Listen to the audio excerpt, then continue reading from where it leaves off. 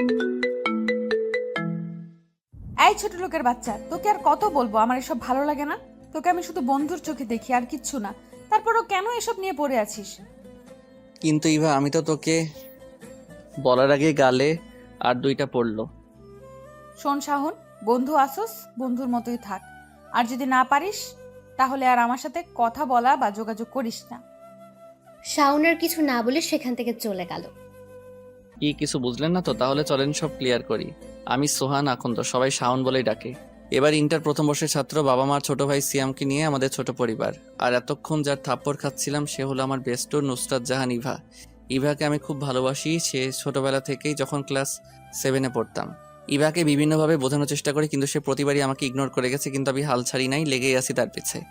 এই নিয়ে আমি তাকে 7বার প্রপোজ করছি, সে প্রতিবারই আমাকে না করে গিয়েছে। আর আজ যা হলো তা তো দেখলেনি। এখন গল্পে ফেরা যাক।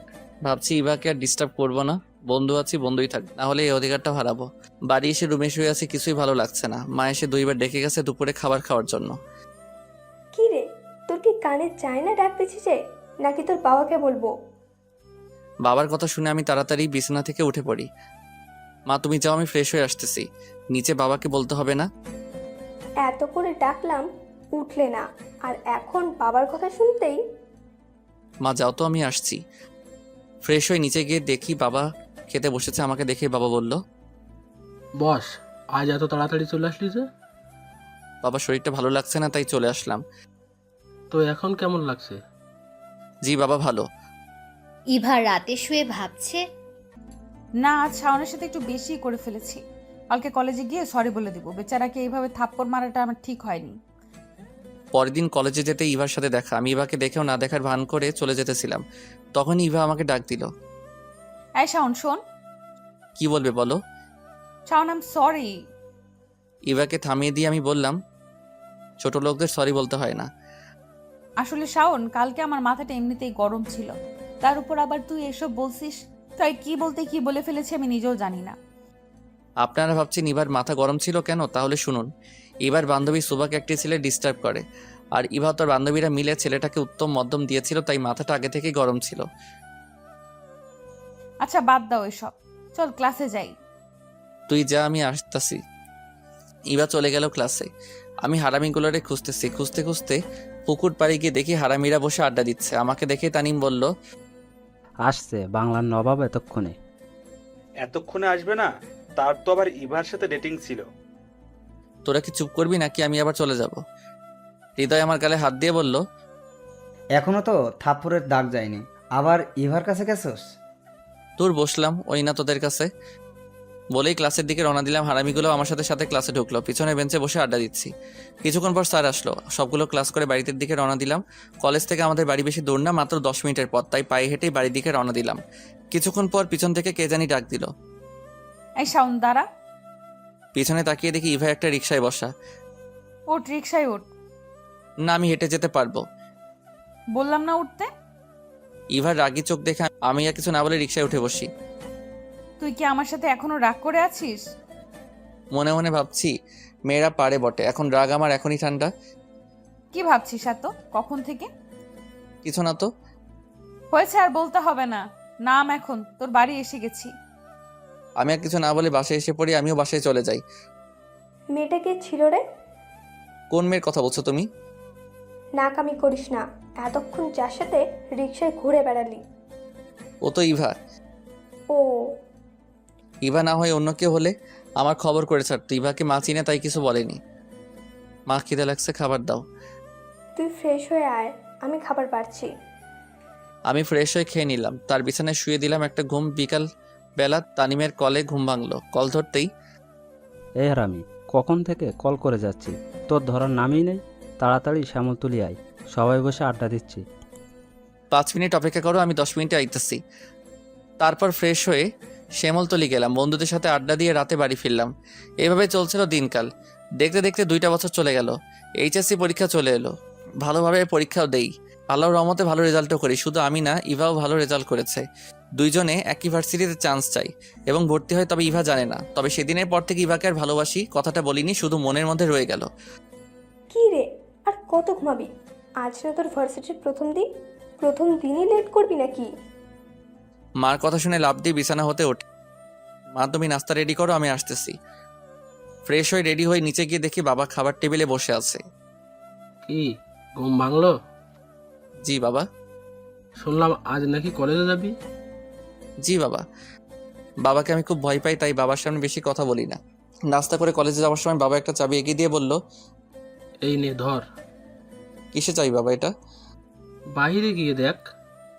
বাইরে এসে দেখি একটা বাইক রাখা। বাইকটা দেখে দৌড়ে গিয়ে বাবাকে জড়িয়ে ধরে বলি, আমার সুইট বাবা। মা। হয়েছে হয়েছে, এবার যা। বাইকে উঠে বাইজিতে একটা কল দিলাম। আমা কই তুই? আমি তো বাসায়। তাড়াতাড়ি নিচে আয়, কলেজে যাব। ও আপনাদেরকে তো বলতে ভুলে গেছে, 3 হারামিগুলো আমার সাথে ভর্তি হয়েছে। বাইজিৎকে নিয়ে আমি কলেজে চলে আসি। তানিম আর হৃদয়কেও বলেছি চলে আসতে, তারাও এসেছে। সবাই বসে আড্ডা দিচ্ছি, এ সময় ইভা আসলো। ইভাকে দেখে তো আমি পুরাই ফিদা হয়ে গেলাম। এ তো সাক্ষাৎ পড়ি। ইভাকে দেখে আবারও ক্রাশ খেলাম। কিরে তোরা এখানে? ইভা জানতো না আমরা এখানে ভর্তি হয়েছি, বাট আমি জানতাম। আমারও তো একই প্রশ্ন, তুই এখানে? তুই তো আগে বললি না এই কলেজে ভর্তি হইছস। তোকে বলে তো আর তুই এই কলেজে ভর্তি হতি না। কিছু বললি? না তো, ক্লাসে চল। আমরা সবাই ক্লাসে চলে গেলাম। ক্লাসে গিয়ে তো আমি পুরাই অবাক। তুই এখানে? রিক্তা আমার ফ্রেন্ড, আমার সাথে এসএসসি দিয়ে ময়মনসিংহ চলে গেছিল তার মামার বাড়িতে। সেখান থেকেই এইচএসসি পাস করেছে। রিক্তা আমাকে দেখে চিৎকার দিয়ে শাওন বলে জড়িয়ে ধরলো। আপনাদের বলে রাখি, রিক্তা আগে থেকে আমার প্রতি কিছুটা দুর্বল। কতদিন পর তোর সাথে দেখা, প্রায় 2 বছর, আর তোর নাম্বার বন্ধ কেন? আরে আস্তে আস্তে, আমার নাম্বার চেঞ্জ করেছি, তাই তুই কলে পাসনি। এরই মাঝে স্যার চলে আসলেন এবং প্রথম দিনের ক্লাস তাই পরিচয় পর্ব দিয়ে শুরু করলেন। প্রথমে স্যার তার পরিচয় দিলেন, তারপর একে একে সব ছাত্ররা পরিচয় দিল। ক্লাস শেষে ক্যাম্পাসে কিছুক্ষণ বন্ধুদের সাথে আড্ডা দিয়ে বাসায় আসার সময় হঠাৎ পিছন থেকে কে যেন বলে উঠলো, কিরে বাইক কবে কিনলি? আমি পিছনে তাকিয়ে দেখি ইভা। আজকেই বাবা গিফট করলো। তো আমাকে কি লিভ দিবি না? কি তোকে না করেছি? ওঠ। ইভার বাসায় নামিয়ে দিয়ে আমি বাসায় চলে আসি। তারপর থেকে প্রায়ই আমি ইভাকে ড্রপ করে বাড়ি দিয়ে আসতাম। কলেজ, বাড়ি আর আড্ডা এভাবে কেটে যায় আর 3টা মাস। সকালবেলা ফোনে রিংটোনে ঘুম ভাঙলো। রিসিভ করতেই, হারামি, তোর না 9টায় ক্যাম্পাসে থাকার কথা? সরি এখন কয়টা বাজে? কয়টা বাজে মানে? 9টা 30 বাজে।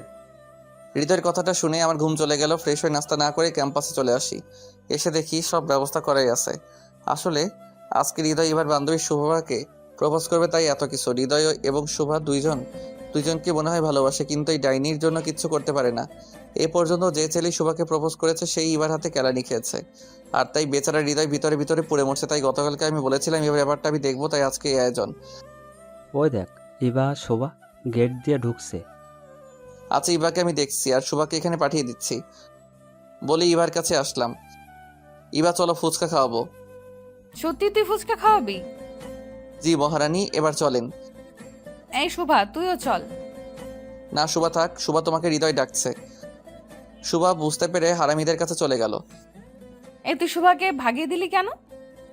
আসলে আমার কাছে বেশি টাকা নাই, তাই তোর যদি শর্ট পড়ে ফুচকা, তাই তাকে পাঠিয়ে দিয়েছি। ডাহা মিথ্যা কথা, ইভা যাতে বুঝতে না পারে তাই এটা বললাম। ইভাকে নিয়ে আমি ক্যান্টিনে চলে আসছি। ইভা ইচ্ছা মতো ফুচকা খেলো। এদিকে শুভা হৃদয়ের কাছে আসলো। শোভা, তোমার চোখটা বন্ধ করো। কেন? আরে করতে বলছে, করেই দেখ না। শুভা চোখ বন্ধ করলে হৃদয় হাঁটু গেড়ে বসে গোলাপ ফুলটা শুভার সামনে ধরে। I love you Shobha, do you love me? Shubha চোখ খুলে তো অবাক, ক্যাম্পাসে সবার সামনে এভাবে প্রপোজ করে, কি বলবে বুঝে উঠতে না পেরে আই লাভ ইউ টু। সবাই হাততালি দিয়ে উঠলো। আমি আর ইভা এসে দেখি সবাই ক্লাসে চলে গেল। তাই ইভা বলে উঠলো, শাওন চল আজকে তোর বাইকে ঘুরি। আমি কিছু একটা ভেবে বললাম, চলো। কিছুক্ষণ ঘোরাঘুরি করে দুপুরে বাসায় চলে আসি। ফ্রেশ হয়ে দুপুরে খাবার খাই। হাতে কোনো কাজ না থাকায় বেলকনিতে বসে গল্প লিখতে শুরু করি। আর গল্প লিখতে বসলেই কেন জানি না ইভার কথা মনে পড়ে। পড়বেই বা না কেন, আমার গল্প তো শুধু ইভাকে ঘিরে। ইভার কথা মনে পড়তে ইভাকে একটা কল দিলাম, ধরলো না। কি ব্যাপার ইভা, কল ধরলো না কেন? আবার দিলাম, ধরলো না। 10 বারের মাথায় কল ধরলো। ইভা কল ধরছিলে না কেন? তুমি ঠিক আছো? একটা কাজ করছিলাম। ইভা তোর কণ্ঠ এমন লাগছে কেন? সত্যি করে বল, তুই ঠিক আছিস? আচ্ছা পরে কথা বলি, আমার ভালো লাগছে না। ইভার কথা শুনে বুঝলাম কোনো একটা গন্ডগোল আছে, কিন্তু কি? আমাকে যে করেই হোক জানতে হবে। বেলকনি বসে থাকতে আর ভালো লাগছে না, তাই বাসার বাইরে চলে আসি আমি। হারামিদের কল দিয়ে বলি সেমতলি আসতে। সেমতলি হলো আমার বন্ধুরা বসে যে জায়গায় আড্ডা দেয় সেই জায়গার নাম। কিছুক্ষণ পর সব হারামিরা চলে আসলে জমিয়ে আড্ডা দিই। বাসায় ফিরি রাত 10টায়। অবশ্য আম্মু একটু বকা দিয়েছিল, কিন্তু আব্বুর জন্য বেঁচে যাই। ফ্রেশ হয়ে রাতের খাবার খেয়ে শুয়ে ভাবছি এবার কি হলো। এবার কথা শুনে মনে হলো এবার কিছু একটা নিয়ে টেনশনে আছে। না, এসব ভেবে এখন আরামের ঘুমটা হারাম করব না। কালকে ইভার কাছ থেকে সব জেনে নেব। পরের দিন ক্যাম্পাসে একা একা বসে আছি। এবার বিষয়টা নিয়ে টেনশন হচ্ছিল, তাই আগে আগে কলেজে এসে পড়ি। হারামিগুলো এখনো আসেনি। গেটের দিকে তাকাতেই দেখলাম ইভা আসতেছে। ইভা আমাকে দেখে সোজা আমার কাছে আসলো। কিরে, কালকে তোর কি হয়েছিল? ইভা একটি কার্ড এগিয়ে দিয়ে বলল, আগে এটা ধর, কিসের কার্ড এটা? খুলে দেখ। কার্ডটা খুলে যেই কার্ডের দিকে তাকালাম, আমার মাথায় যেন আকাশ ভেঙে পড়লো। আমি বাকরুদ্ধ হয়ে গেলাম। এটা কি? কেন, আমার বিয়ের কার্ড। কই, আগে তো কিছু জানাসনি। আসলে কালকে কলেজ থেকে বাড়ি ফিরেই দেখি আমাকে নাকি দেখতে আসবে, আর পছন্দ হলে আংটি পরাবে। ছেলে আমাকে দেখে পছন্দ করে, আর ছেলে 1 মাস পর অস্ট্রেলিয়া চলে যাবে, তাই বিয়ের ডেটটা এত তাড়াতাড়ি দিয়েছে। তুই বিয়েতে রাজি? আসলে প্রথমে একটু রাগ হয়েছিল এত তাড়াতাড়ি বিয়ে, তারপর ভাবলাম বিয়ে তো একদিন করতেই হবে, তাই রাজি হয়ে যাই। আচ্ছা তুই থাক, আমি যাই, সবাইকে কার্ড দিতে হবে। ইভা চলে গেল আর আমি বসে বসে চোখের জল ফেলছি। ইভা, তুই একটিবার আমার কথা ভাবলি না? আমি যে তোকে ছাড়া অচল। আমি যদি তোকে না পাই তাহলে তো আমার জীবন অপূর্ণ থেকে যাবে। এসব কথা ভাবছি আর চোখের জল ফেলছে। কিছুক্ষণ পর বন্ধুরা এসে দেখে আমি কাঁদতেছি। কিরে, কি হয়েছে? কাঁদতেছিস কেন? কিরে বল, কি হয়েছে? কে কি বলেছে? ইভার বিয়ে ঠিক হয়ে গেছে। মুহূর্তের মধ্যে সবার মুখ কালো হয়ে গেল। কি বলিস? কবে বিয়ে? 1 সপ্তাহ পর। তুই যে ইভাকে ভালোবাসিস এ কথা ইভাকে বলিসনি? না রে, এঙ্গেজমেন্ট হয়ে গেছে। 1 সপ্তাহ পর বিয়ে। কি করি এখন এসব বলি? আচ্ছা, ক্লাসে চল, পরে দেখা যাবে। না রে, তোরা যা, আমি বাসায় যাব। আচ্ছা, সাবধানে যাইস। বাসায় এসে রুমে শুয়ে কাঁদতে কাঁদতে কখন যে ঘুমিয়ে গেছে মনে নেই। বিকালে বন্ধুরা শ্যামলতলি যাওয়ার জন্য বলেছিল, আড্ডা দেওয়ার জন্য, কিন্তু আমি যাইনি। দেখতে দেখতে কেটে গেল আরও 3টা দিন। আমি এই 3 দিনে কলেজে যাইনি, ঠিক মতো খাওয়া দাওয়া করিনি, একেবারে ভেঙে পড়ি। আজ বন্ধুরা সবাই এসেছে আমায় দেখতে। কিরে, তুই কলেজে যাস না কেন? আরে, মেয়ে একটা গেলে 10টা পাবি। আমি তো ইভাকে বলতে পারবো না রে। এভাবে আর চলতে দেওয়া যায় না, কিছু একটা করতে হবে। কিছুক্ষণ আড্ডা দিয়ে বিকালের দিকে বন্ধুরা চলে যায়। রাতে খাবার টেবিলে সবাই খেতে বসলাম। এ সময় বাবা বলে উঠলো, কি রে, ইবা মামুনির বিয়ে তুই তো একবারও বলিসনি। ও বলা হয়নি। ইভার বাবা আর আমার বাবা ছোটকালের বন্ধু। ইভাকে বাবা খুব আদর করে। শোন, কালকে আমরা সবাই রহিমের বাড়ি যাব। রহিম হলো ইভার বাবা। আমি যেতে পারবো না। কিভাবে যাব? নিজের ভালোবাসার মানুষকে অন্য কেউ নিয়ে যাবে, এটা আমি নিজ চোখে দেখতে পারবো না। কেন, ইবার সাথে ঝগড়া করেছিস? আমি কোনো কথা শুনতে চাই না।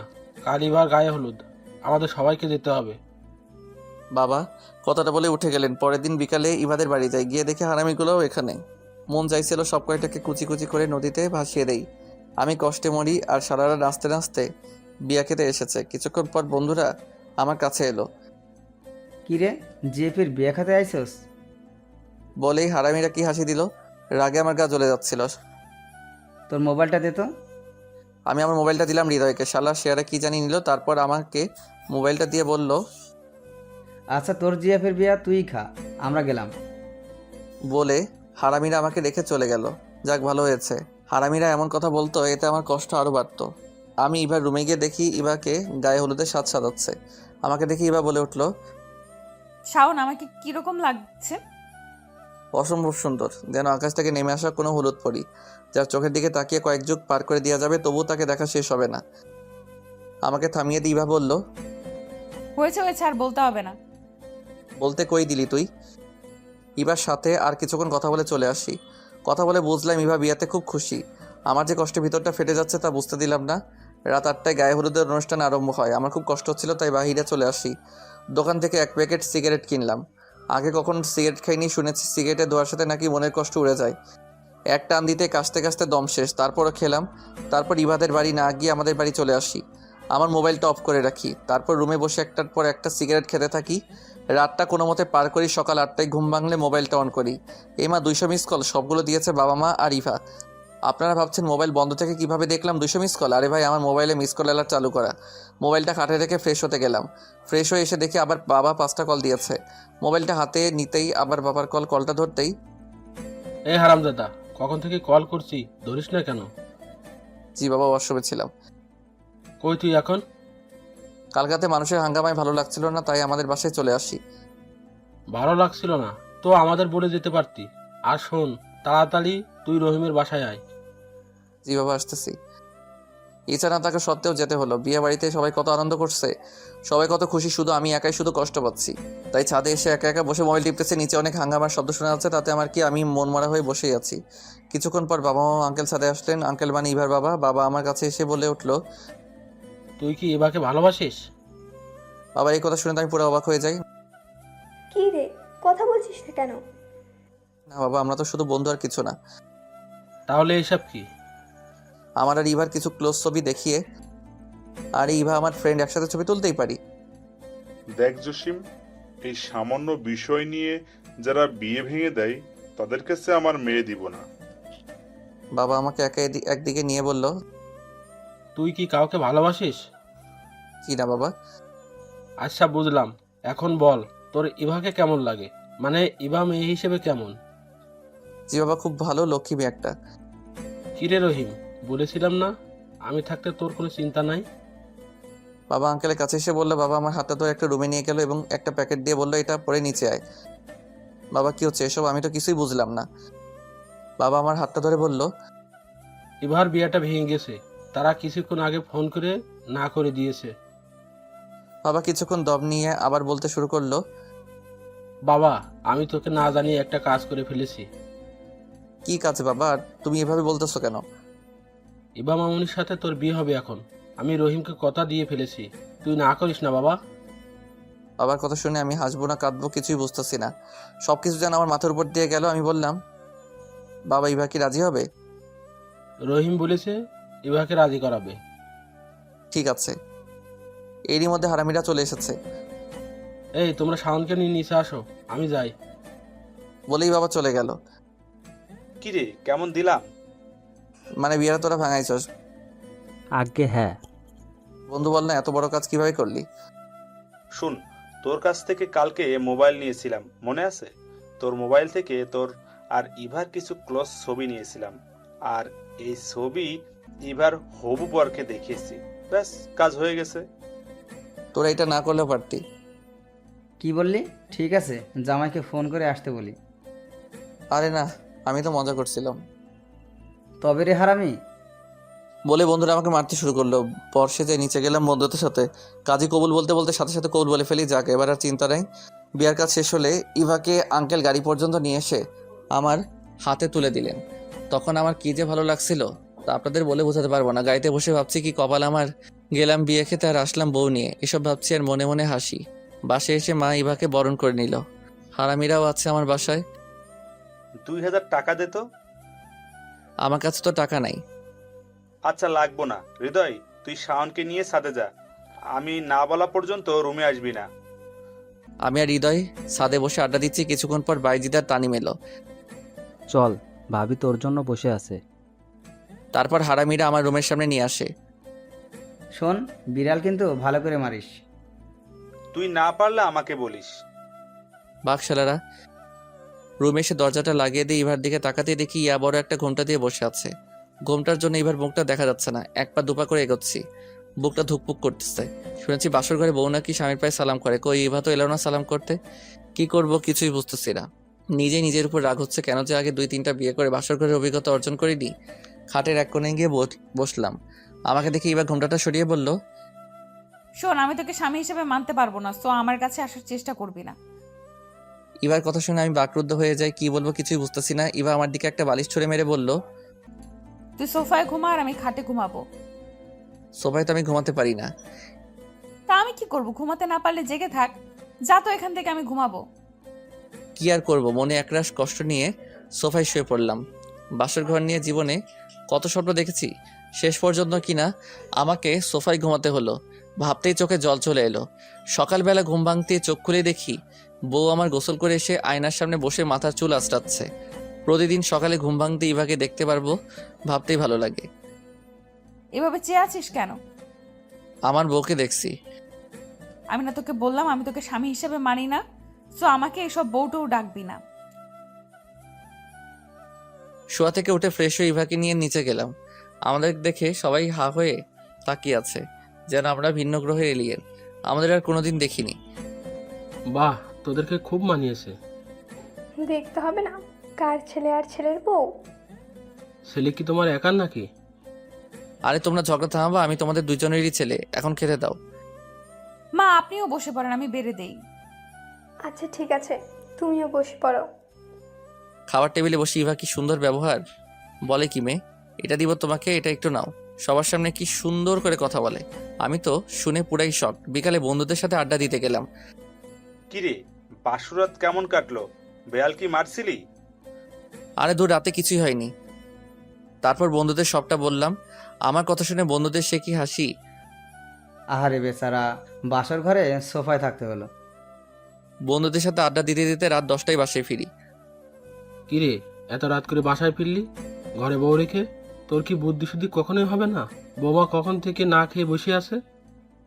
বাবার কথা শুনে তো আমি পুরাই অবাক হয়ে যাই। যে আমাকে দেখতেই পারেন না সে কিনা আমার জন্য না খেয়ে বসে আছে। কথাটা শুনে মনে মনে খুশি হলাম। ফ্রেশ হয়ে আমি আর ইভা খেতে বসলাম। তুমি আমার জন্য না খেয়ে অপেক্ষা করছিলে কেন? খেয়ে নিতেই পারতে। বাবা মা যাতে না বোঝে তাই খাইনি। আর তুই আমায় তুমি করেই বলতিস কেন? বারে নিজের বিয়ে করা বউকে কি তুই করে বলবো? এই তোকে না না করছি আমাকে বউ বলতে? তোর এইসব আদিক্ষেতা আমার ভালো লাগে না। এবার কথাটা শুনে আবার টেবিলে আরো বসে থাকতে মন চাই দিয়ে তাই উঠে রুমে চলে আসি। সোফায় শুয়ে শুয়ে ভাবতেছি ইভা কি আমাকে কখনো মেনে নেবে না? তাহলে আমাকে বিয়েটা করছিল কেন? কিছুক্ষণ পর ইভা রুমে এসে শুয়ে পড়লো। সকালবেলা খুব ভোরেই আমার ঘুম ভাঙলো। ইভা এখনো ঘুমাচ্ছে। ঘুমালে মেয়েটা কিরকম বাচ্চা বাচ্চা লাগে। ইভাকে দেখে নিজেকে আটকে রাখতে পারলাম না। আস্তে আস্তে ইভার কাছে গিয়ে বসে ইভাকে দেখতে লাগলাম। আমি কেমন জানি একটা ঘোরের মধ্যে হারিয়ে যাচ্ছি। এত কাছে কখন আসিনি ইভার। নিজের অজান্তে একটা ভালোবাসার পরও সেঁকে দিলাম ইভার কপালে। হঠাৎ মনে হলো ইভা আমাকে ইভার এত কাছে দেখলে আস্ত রাখবে না, তাই উঠে পড়লাম। ফ্রেশ হয়ে একটু বাইরে গেলাম হাঁটাহাঁটি করতে। 8টার বাসায় ফিরি। কি রে, এত সকাল সকাল কই গেছিলি? এই তো একটু হাঁটাহাঁটি করতে। খেতে দাও তো, খিদে লাগছে। ফ্রেশ হয়ে আয়। তারপর ফ্রেশ হয়ে এসে একসাথে সবাই খেতে বসেছি। মা, আমি আজ কলেজে যাব। ইভাও কি যাবে? মা আমিও যাব। ঠিক আছে, শাওনের সাথে যাস। শুন, বৌমাকে সাথে করে নেবে, আবার সাথে করে নিয়ে আসবে। ঠিক আছে মা। আমি কলেজে যাবার জন্য রেডি হয়ে নিচে দাঁড়িয়ে আছি। ম্যাডামের এখনো আসার কোনো নামগন্ধ নাই। কিছুক্ষণ পর সিঁড়ির দিকে তাকিয়ে হা হয়ে যাই। আমি কাকে দেখছি? ইভা একটা কালো শাড়ি পরেছে। এর আগে কোনোদিন মেয়েটির শাড়ি পরতে দেখিনি। এত সুন্দর লাগছিল তা বলে বোঝাতে পারবো না। তাই হা করে তাকিয়ে ইভাকে দেখছি। ইভা যে কখন আমার কাছে চলে আসে বুঝতেই পারিনি। মুখ বন্ধ কর, নইলে মুখে মশা ঢুকবে। ইভার কথায় আমি কিছুটা লজ্জা পেয়ে বললাম, চলো দেরি হয়ে যাচ্ছে। বাইকে করে দুইজন কলেজে গেলাম। গিয়ে দেখে হারামিরাও এসেছে। সবাই বসে আড্ডা দিচ্ছি। এরই মাঝে রিক্তা আসলো। এতদিন কলেজে আসছো নাই কেন? এমনিতেই কাজ ছিল বাড়িতে। ও, এখন কাজ শেষ হয়েছে? তারপর সবাই বসে কিছুক্ষণ আড্ডা দিয়ে ক্লাসে চলে আসি। ক্লাসে এসে দেখি ইভা ক্লাসে নেই। কিছুক্ষণ পর স্যার আসে ক্লাসে। এখনো ইভার আসার নাম নেই। ক্লাস শেষে বাইরে গিয়ে ইভাকে খুঁজতে লাগলাম। খুঁজতে খুঁজতে ক্যান্টিনে গিয়ে দেখি ইভা একটি ছেলের সাথে হাসাহাসি করে কথা বলছে। দেখে আমার খুব রাগ হচ্ছিল, কিন্তু এখানে কিছু বলা যাবে না। যা বলার বাড়িতে গিয়ে বলবো, তাই আগে সেখান থেকে চলে আসি। কলেজ শেষে ইভার জন্য দাঁড়িয়ে আছি। ইভা এখন আসার নাম নাই। প্রায় 20 মিনিট পর সেই ছেলেটির সাথে ইভা আসলো। ছেলেটিকে বিদায় দিয়ে আমার কাছে আসলো। চল। আমি আর কিছু না বলে আগে বাইক স্টার্ট করে দিয়ে বাসে চলে আসি। রুমে এসে ইভাকে বলি, ছেলেটিকে আর তার সাথে তোমার এত কিসের কথা? ছেলেটি যেই হোক, তোকে বলতে যাব কেন? বলতে হবে আমাকে, কারণ আমি তোমার স্বামী। স্বামী মাই ফুড, তোকে আমি স্বামী হিসেবে মানি না। আর শোন, তোকে আমি 6 মাস পর ডিভোর্স দিব। সো আমার ব্যাপারে তুই নাক গলাতে আসবি না। ইভার মুখে ডিভোর্সের কথাটা শুনে আমার মাথায় যেন আকাশ ভেঙে পড়লো। আমি আর কিছু না বলে রুম থেকে বেরিয়ে পড়ি। ছাদে গিয়ে সিগারেট ধরালাম। আগে সিগারেট খেতাম না, এখন ইভার অবহেলায় সিগারেট ওই আমারই একমাত্র সঙ্গী। এভাবেই কেটে যায় 1 মাস। ইভা এখন আমার সাথে আগের মতো কথা বলে না। আমি কথা বলার বহু চেষ্টা করি, কিন্তু ইভা শুধু হ্যাঁ বা না উত্তর দেয়। তাই আমিও বেশি কিছু বলি না। সকালে ফ্রেশ হয়ে নাস্তা করে ইভাকে নিয়ে কলেজে গেলাম। ক্যাম্পাসে গিয়ে দেখি বন্ধুরা সবাই বসে আছে, কিন্তু সবার মন খারাপ। কিরে তোরা সবাই মুখটা এমন বাংলার পেঁচার মতো করে রাখছস কেন? মিমের বিয়ে ঠিক হয়ে গেছে। মিম হচ্ছে বাইজিতের খালাতো বোন। কি বলিস, কবে? জানি না, তবে কিছুক্ষণ আগে মিম কল করে বলল। বিয়ের ডেট ঠিক হয়ে গেছে? সামনের রবিবারে। আজকে সোমবার, তার মানে 5 দিন সময় বাকি আছে। আর চল সবাই। কই যাবি? কই যাবো মানে তোর খালা বাড়ি। সবাই এখন যার যার বাড়ি গিয়ে রেডি হয়ে নে। তারপর সবাই উঠে পড়ি। আমি ইভাকে খুঁজতে থাকি, কারণ ইভাকে বলে যেতে হবে। ইভাকে গিয়ে দেখি বান্ধবীদের সাথে বসে আড্ডা দিচ্ছে। আমি ইভাকে ডাক দিলাম, ইভা একটু এদিকে আসো। কি বলবি? এখানে বল। শোন, আমি এখন বাড়ি চলে যাব, তুমি কি আমার সাথে যাবে? এখন চলে যাবে কেন? ক্লাস করবে না? না, আমি এক জায়গায় যাব 5-6 দিনের জন্য। আচ্ছা তুই তাহলে যা, আমি ক্লাস করে বাসায় চলে আসব। আমি মন খারাপ করে চলে আসলাম। ভাবছিলাম 5-6 দিনের জন্য যাব, ইভা কিছু বলবে, কই যাব, কেন যাব, এসব। আচ্ছা সাবধানে যাও, এটুকু তো বলতে পারো। বাড়ি গিয়ে মাকে বলে রেডি হয়ে সবাই বেরিয়ে পড়লাম মিমের বাড়ি কিশোরগঞ্জের উদ্দেশ্যে। স্টেশনে এসে সবাই বাসে উঠে পড়লাম। প্রায় 4 ঘন্টা জার্নি করে মিমদের বাড়ি গেলাম। বাইজিতে সবার সাথে পরিচয় করিয়ে দেই। আন্টি আমাদের রুম দেখিয়ে বলে, বাবা তোমরা এখানে রেস্ট নাও। সবাই ফ্রেশ হয়ে রেস্ট নিচ্ছি। হৃদয় মোবাইলে সবার সাথে কথা বলছে। কিছুক্ষণ পর মিম আসলো রুমে। বাইজিৎকে দেখে সবার সামনে জড়িয়ে ধরলো। আমরা সবাই হা হয়ে গেলাম। মিম কিছুক্ষণ পর যখন দেখলো আমরা তাকিয়ে আছি, বাইজিৎকে ছেড়ে দিয়ে বলল, সরি। সমস্যা নাই, আপনারা কন্টিনিউ করতে পারেন। বলে আমরা রুম হতে বেরিয়ে পড়ি। রাতে খাবার খেয়ে সবাই রুমে আসি। বাইজিৎ, আমার মিমের সাথে কিছু কথা আছে, চল মিমের রুমে। তারপর আমি আর বাইজিৎ মিমের রুমে যাই। মিম, আমি তো কিছুই বুঝলাম না, আপনি বাইজিৎকে ভালোবাসেন, তাহলে বিয়েতে রাজি হলেন কেন? আসলে বাবা আমাকে না জানিয়ে আমার বিয়া ঠিক করেছে। তাহলে জানার পর আঙ্কেলকে কিছু বলেন না কেন? আমি বাবাকে খুব ভয় পাই, আর বাবাকে বাইজিতের কথাটা বলতে পারিনি। আচ্ছা আপনি এখন কি চান? আমি বাইজিতকে ছাড়া বাঁচতে পারবো না। আচ্ছা আমরা আছি, সব ঠিক করে দিব। বলে আমি আর বাইজিৎ রুম মধ্যে চলে আসি এবং সবাইকে সব বললাম। সব তো বুঝলাম, এখন বাইজিৎ তুই তোর আঙ্কেলকে বলতে পারবি? না ভাই, আঙ্কেল খুব রাগী, আমি বলতে পারবো না। আরে এদের দিয়ে কিছু হবে না, যা করার আমাদের কি করতে হবে। অনেক রাত হয়েছে, এখন সবাই ঘুমা। তারপর সবাই ঘুমিয়ে পড়ি। সকালবেলা ঘুম ভাঙতে ইবার কথা মনে পড়লো। প্রতিদিন ঘুম থেকে উঠে ইবাকে দেখতাম। আজ ইবাকে দেখতে না পেয়ে মন খারাপ করে বসে আছি। কিরে, মন খারাপ করে বসে আছিস কেন? না এমনি, আর কই মন খারাপ। এবার কথা মনে পড়ছে তাই না? আমি মাথা নেড়ে হ্যাঁ জানালাম। বন্ধুরা এমনই হয়, মুখ দিয়ে কিছু বলতে হয় না, চোখ দেখেই সব বলে দিতে পারে। মন খারাপ করিস না, দেখিস সব ঠিক হয়ে যাবে। তারপর ফ্রেশ হয়ে সবাই মিলে ঘুরতে গেলাম। কিশোরগঞ্জের পাগলা মসজিদ, শোলাকিয়া ঈদগাহ মাঠ ও গুরুদয়াল কলেজে ঘুরলাম। গুরুদয়াল কলেজের অনেক নাম শুনেছি, এখানে নাকি রাষ্ট্রপতিও লেখাপড়া করেছে, তাই এই কলেজটা দেখার খুব শখ ছিল। কিছুক্ষণ ঘোরাঘুরি করে মিমদের বাড়ি গেলাম। এখনও মিমের বাবাকে বাইজিদের কথা বলা হয়নি, তাই সবাই বসে প্ল্যান করতেছে কিভাবে বলা যায়।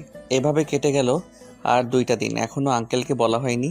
আঙ্কেলের যা রাগী মানুষ, এই 3 দিনে বুঝেছি, তাই কেউ বলার সাহস পাইনি। অবশেষে আজ সিদ্ধান্ত নিয়েছি সবাই মিলে আজই বলবো। দুপুরে খাওয়া দাওয়ার পর মিমের বাবা মার রুমে গেলাম। আঙ্কেল, আপনাদের সাথে কিছু কথা ছিল। কি বলবে বলো। আঙ্কেল, আমার মনে হয় মিম এই বিয়েতে খুশি না। কি বলছো এসব? আঙ্কেল, আপনি একবার কি মিমকে জিজ্ঞেস করেছেন?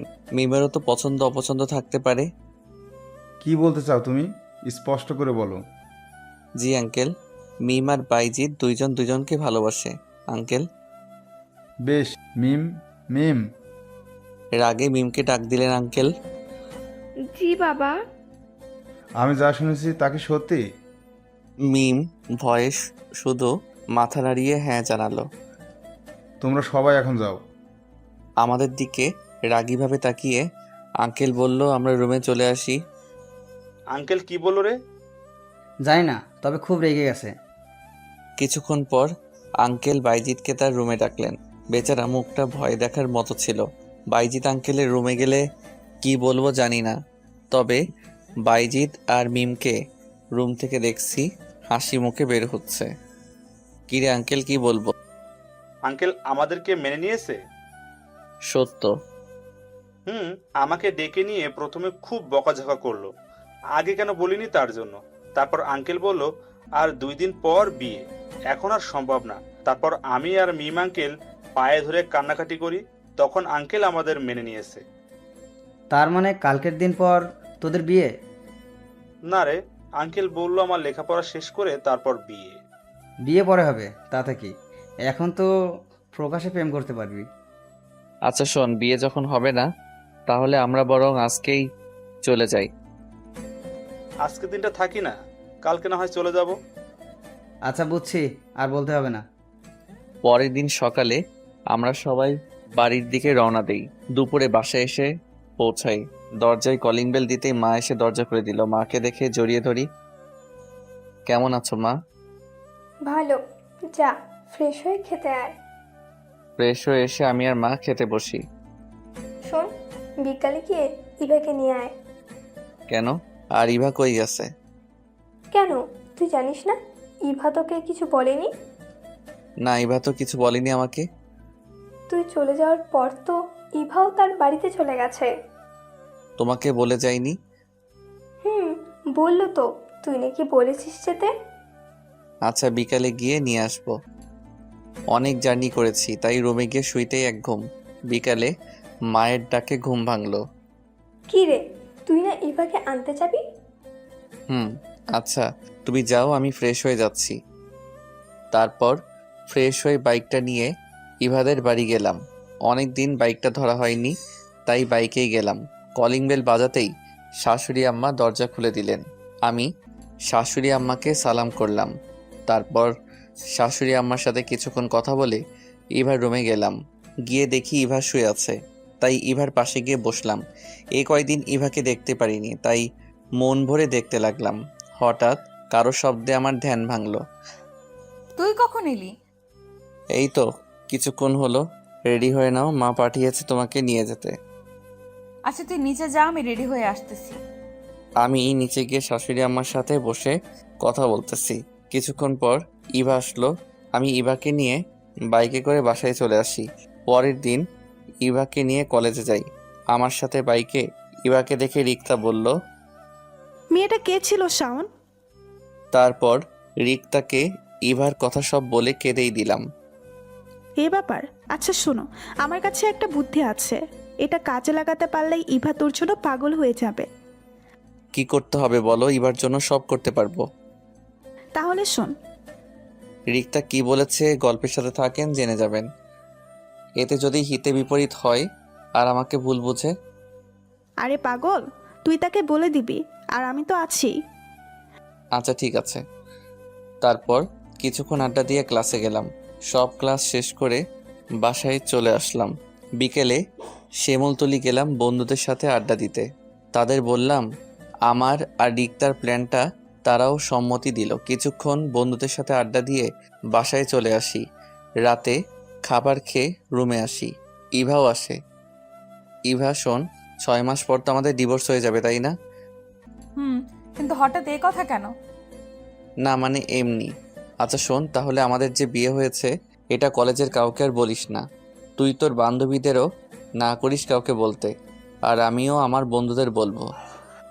আচ্ছা ঠিক আছে। সকালে কলেজে যাওয়ার সময় ইভা আমার বাইকে উঠবে এমন সময়।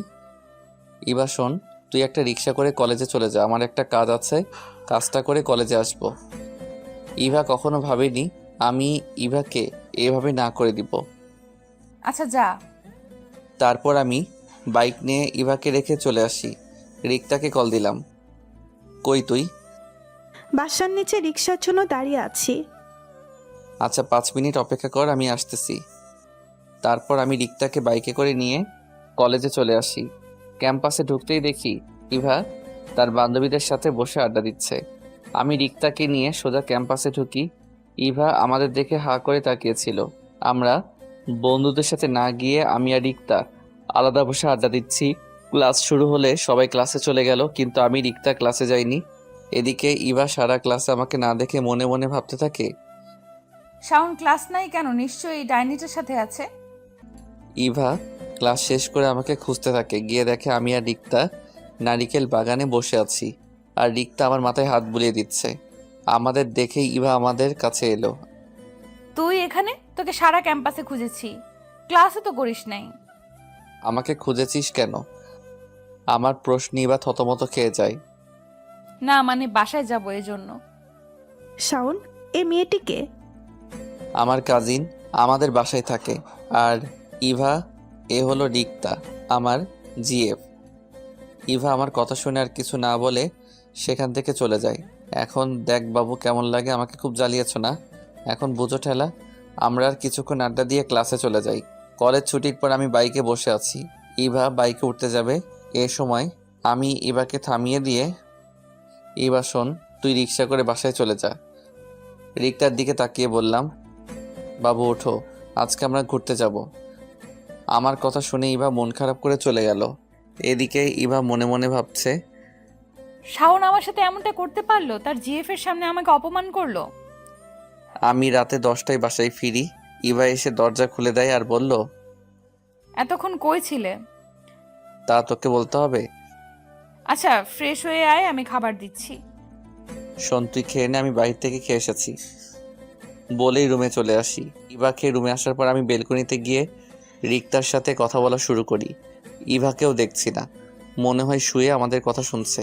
তাই প্রায় 2 ঘন্টা প্রেমালাপ করি। 12টায় রুমে আসি। এতক্ষণ কার সাথে কথা বলছিলে? তুই এখনো ঘুমাসনি? আগে আমার কথার উত্তর দে। কার সাথে হবে আবার? রিক্তার সাথে। তো লজ্জা করে না বাসায় বউ রেখে অন্য মেয়েদের সাথে কথা বলতে? ওরে আমার বাবু, আমার তো মনেই ছিল না। শোন, রিক্তা অন্য মেয়ে না, রিক্তা আমার হবু বউ। তোকে ডিভোর্স দিয়ে আমি রিক্তাকে বিয়ে করব। আমার মুখে ডিভোর্সের কথাটা শুনে ইভা থমকে গেল। বাঙালি নারীর বিয়ে একবারই হয়, আর ইভার আগে সেই দিন ডিভোর্সের কথা এমনিতেই বলেছিল। ইভা আমাকে স্বামী হিসেবে মেনে নেয়নি ঠিক, কিন্তু আজ ডিভোর্সের কথা শুনে ইভা যে কষ্ট পেয়েছে আমি তা ঠিক বুঝতে পেরেছি। কষ্ট পাক তাতে আমার কি, আমিও তো কম কষ্ট পাইনি। আমি আর এসব না ভেবে ঘুমিয়ে পড়লাম। পরের দিন কলেজে আমি একাই যাই। ইভা রিক্সা করে কলেজে যায়, আমি রিক্তাকে নিয়ে সোজা ক্যাম্পাসে ঢুকি। আমাদেরকে দেখে এবার বান্ধবীরা ইভাকে বলল, কি রে, শাওনের সাথে মেয়েটাকে?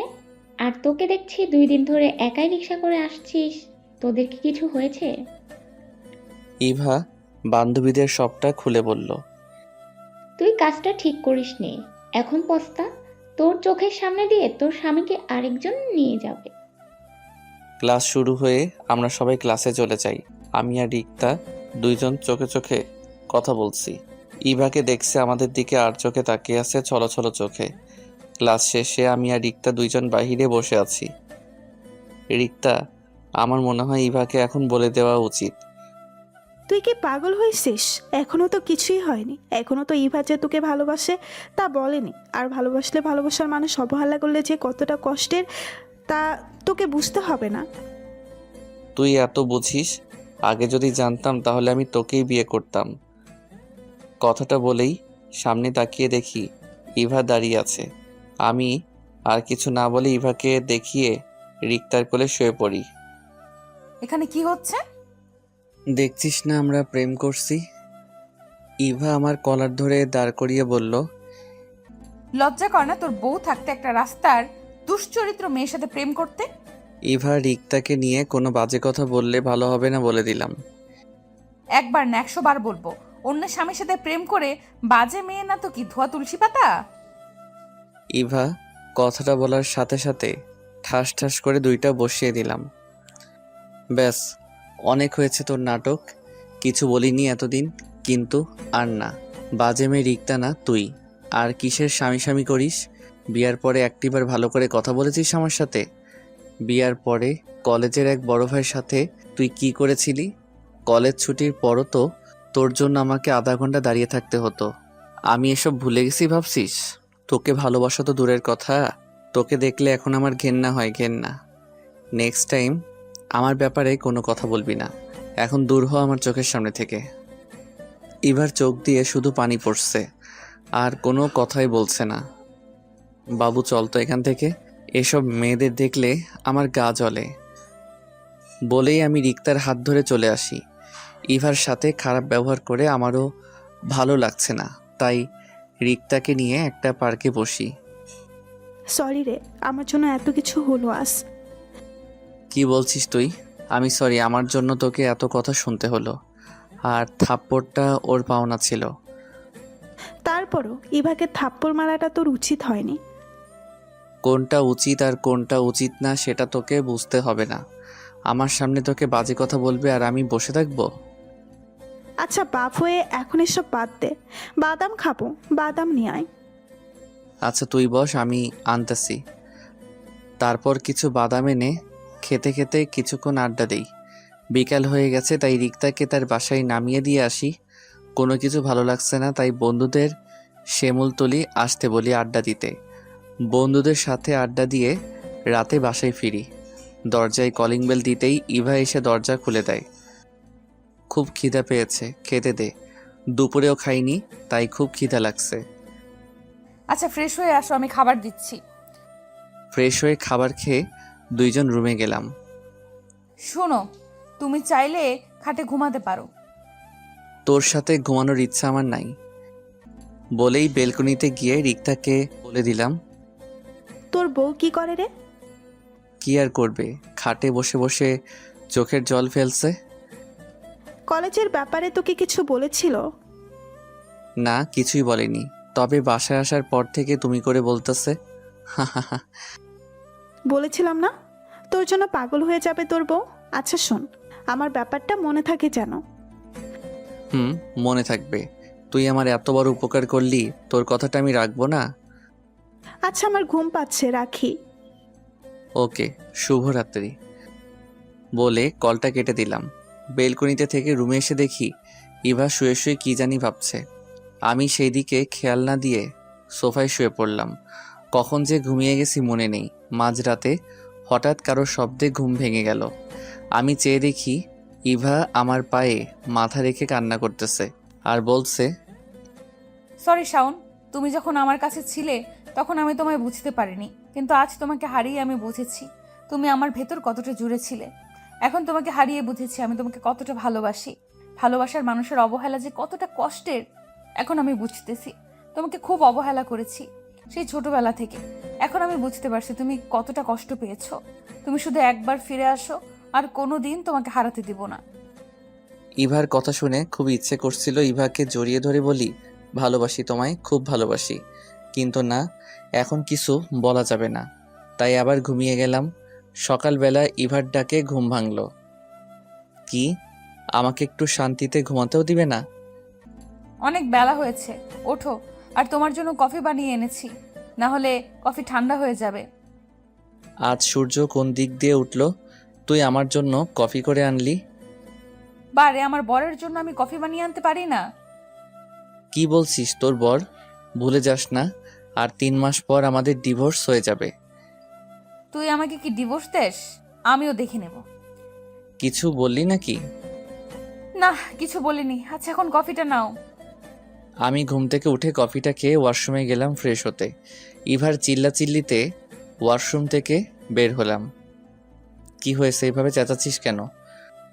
বলে ফ্লোরের দিকে তাকিয়ে দেখি আমার মোবাইলটা ভেঙে পড়ে আছে। হায় আল্লাহ, এটা কি করলি? আমার মোবাইলটা ভাঙলি কেন? এই তোর মোবাইলে মেয়েদের এত কল কিসের? ইভার আমার কলার ধরে কথাটা বলল। আমি ভাঙা মোবাইলটা হাতে নিয়ে দেখি রিক্তা কল দিয়েছিল। কই এত মেয়ে, রিক্তাই তো কল দিয়েছিল। আর তুই তো জানিস রিক্তা আমার জিএফ। আর তুই কি রিক্তাকে উল্টাপাল্টা কিছু বলেছিস? কি বলেছি তা ওই ডাইনিটার কাছ থেকে জেনে নিস। তাহলে জেনে নিন ইভা কি বলেছিল। আমি যখন ঘুম থেকে উঠে রিক্তাকে একটা SMS পাঠিয়েছিলাম কল দেওয়ার জন্য, আর এটাও বলেছিলাম যে কলটা ইভা ধরবে। আমি ইভাকে জ্বালানোর জন্য রিক্তাকে দিয়ে কলটা করাই। ইভা কল রিসিভ করতেই, বাবু তোমার ঘুম ভাঙলো? শোন, রাস্তা করার দরকার নেই, তাড়াতাড়ি কলেজে চলে আসো, আমি তোমার জন্য বিরিয়ানি রান্না করে আনবো। এই মেয়ে, তোর সমস্যা কি? আমার স্বামীর জন্য আমি থাকতে তুই রান্না করে আনতে যাবি কেন? কি বললি? তোর স্বামী শাওন তো তোকে ডিভোর্স দিয়ে আমাকে বিয়ে করবে, আর 3 মাস পর। শোন ডাইনি, আমার স্বামীর দিকে তুই যদি চোখ তুলেও তাকাস তাহলে তোর চোখ আমি তুলে নেব। আমি কি করে বসে বসে আঙুল চুষবো? শাওন, শুধু আমার কথাটা মনে রাখিস। ইভা আর কিছু না বলে আছাড় দিয়ে আমার স্বাদের মোবাইলটা ভেঙে ফেলে। এই যা, এইটুকুর জন্য আমার মোবাইলটা ভেঙে ফেললো। আমি আর কিছু না বলে রেডি হয়ে নিচে গেলাম নাস্তা করতে। নাস্তা করে আমি যথারীতিতে ইভাকে রেখে কলেজে গেলাম। গিয়ে দেখি বন্ধুরা বসে আড্ডা দিচ্ছে, তাই তাদের সাথে বসলাম। কিরে, তোর কি অবস্থা? আজকাল তো ক্যাম্পাসে আমাদের সাথে বসিসই না। তা আজ কি মনে করে? তোরা তো জানিস আমি একটা মিশনে আছি। তো শুনি আপনি কি মিশনে আছেন? আরে তুই আয়, বস বস। বসবো না। শাওন, চল না, ফুচকা খাবো। চল ক্যান্টিনে। ক্যান্টিনে না, বাইরে রাস্তায় দাঁড়িয়ে খাওয়ার মজাই আলাদা। আচ্ছা চল। কি আর করার, রিক্তাকে নিয়ে কলেজের সামনে মরে গেলাম ফুচকা খেতে। হঠাৎ সামনে যেয়ে দেখি ইভা রিক্সা করে কলেজের দিকে আসতেছে। ইভাকে দেখে আমি, হ্যাঁ করো তো বাবু। কিরে, হঠাৎ রাস্তার মধ্যে তোর এত প্রেম আসলো কোথা থেকে? পিছনে তাকিয়ে দেখো। রিক্তা পিছনে তাকিয়ে দেখে ইভা। তাই তো বলি, এত প্রেম আসলো কই থেকে? ইভাকে দেখে রিক্তা আমাকে আর আমি রিক্তাকে ফুচকা খাইয়ে দিতে লাগলাম। আমাদের প্রেম দেখে ইভা রিক্সা হতে নেমে আমার হাত থেকে ফুচকার প্লেটটা নিয়ে একটা আছাড় মারলো। কি হচ্ছে এসব? এটা রাস্তা, সো আস্তে কথা বলো। তোকে না বললাম এই ডাইনির সাথে না যেতে? তাহলে তুই তার সাথে কি করছিস? দেখিস না দুইজন প্রেম করছি, তুই তো এসে দিলি সব শেষ করে। তুই আজ বাসায় আয়, তোর মজা দেখাবো। এতদিন তোকে কিচ্ছু বলি নাই, তাই লাই পেয়ে গেছিস। বলেই ইভা রাগে ফুঁসতে ফুঁসতে রিক্সায় উঠে বাসার দিকে চলে গেল। এই, তুই ইভাকে এত রাগালি কেন? এমনিতেই এখন না আমার ইভাকে রাগাতে ভালো লাগে। হা হা হা হা। আচ্ছা, তুই ইভাকে সত্যিটা কবে বলবি? ইভার জন্মদিন সামনে মাসের 8 তারিখ। ভাবছি ইভাকে সেই দিব, সারপ্রাইজ দিব, সবটা বলে নতুন করে আবার প্রপোজ করব। তার মানে আরো 1 মাস ইভাকে কষ্ট দিবি? জি মহারানী, আমিও কম কষ্ট পাইনি। এখন চলো, ক্লাস করতে হবে। ফুচকার বিল দিয়ে আমি আর রিক্তা বাইকে করে কলেজে চলে আসি। বাইকটা রেখে আমি আর রিক্তা ক্লাসে চলে যাই। কলেজ ছুটির পর আমি রিক্তাকে তার বাসায় নামিয়ে দিয়ে আমি বাসায় চলে আসি। বাসায় কলিং বেল দিতেই মা এসে দরজা খুলেই আমার কানটা ধরে বলতে লাগলো, ইভাকে তুই নাকি মেরেছিস আর তাকে নাকি রাস্তায় নামিয়ে দিয়েছিস। ইভা যে এতদিন রিক্সা করে কলেজে যায় মা জানে না। মা আমি তো কিছু করিনি। তাহলে মেয়েটি কলেজে না গিয়ে রুমে এসে কান্নাকাটি করছে কেন? কখন থেকে ডাকছি, দরজা খুলছে না। তুই যা, তোর আমার বাড়িতে জায়গা নেই। তুমি না আমার লক্ষ্মী মা, আমার সোনা মা, এরকম করছো কেন? তোমার এই দুধের বাচ্চাটা কই যাবে বলো? জায়গা নেই বলছি, মানে জায়গা নেই, ব্যাস। বলেই মুখের উপর দরজাটা লাগিয়ে দিল। যা শালা, এখন আমি কি করি? যাই বন্ধুদের সাথে আড্ডা দেই। রাতে বাবা বাসায় আসলে তখন বাসায় আসবো। বন্ধুদের সাথে আড্ডা দিয়ে রাতে 10টায় আবার বাসায় আসি। কলিং বেল দিতেই মা দরজা খুলে দেয়। আমাকে দেখেই মা জড়িয়ে ধরে। আমি হতবাক হয়ে যাই। তোকে একটু বকা দিয়েছি বলে কি আমাদের ছেড়ে চলে যাবি? মা তুমি কাঁদতেছো কেন? আমি তো কোথাও যাইনি। তুই বল, কোনো দিন এরকম করবি না। ঠিক আছে, আর এরকম করব না। সেই সকাল থেকে না খাওয়া, চেহারার কি করেছিস দেখ। তোর জন্য ইভাও কিছু খায়নি। যা, ইভাকে নিয়ে খেতে আয়। আমি রুমে গিয়ে দেখি ইভা শুয়ে শুয়ে কান্না করছে। ইভার কান্না দেখে আমার ভিতরটা পুড়ে যাচ্ছে। না, আর মেয়েটাকে কষ্ট দেব না। তাকে কষ্ট দিয়ে তো আমি সুখে নাই, আমিও তো তার দ্বিগুণ কষ্ট পাচ্ছি। কি হয়েছে, এভাবে কান্না করছিস কেন? সেটা তোমাকে জানতে হবে না। আচ্ছা চল, সকাল থেকে নাকি কিছুই খাওনি? না আমি খাবো না, তুমি খেয়ে নাও। আচ্ছা ঠিক আছে, খিদা লাগলে এমনিতেই খাবে। আমি নিচে গিয়ে দেখি মা খাবার রেডি করে বসে আছে। কি রে, ইভা কই? তোমার বৌমা নাকি খাবে না? আচ্ছা, তুই খেয়ে ইভার জন্য খাবার নিয়ে রুমে যাস। আচ্ছা তুমি ইভার জন্য খাবার বেড়ে দাও। রাক্ষসটা একবার না করতেই চলে গেল। আমি যে তার সাথে রাগ করে খাইনি, আমাকে একবার জোর করলো না। খিদায় পেটে ইঁদুর দৌড়াচ্ছে। এখন কি করি? না খেয়ে থাকতে হবে সারা রাত। কেন যে সে সময় না করতে গেলাম? এই কি সাউন্ড প্লেট হাতে রুমে আসতেছে, সে কি আমাকে দেখিয়ে দেখিয়ে খাবে নাকি? এই নাও, আমি জানি তোমার খিদে পেয়েছে, খেয়ে নাও। না আমি খাবো না। ভালো করে বলছি তো, তাই কানে যায় না। খেতে পারি একটা শর্ত, কি শর্ত শুনি? আমাকে খাইয়ে দিতে হবে।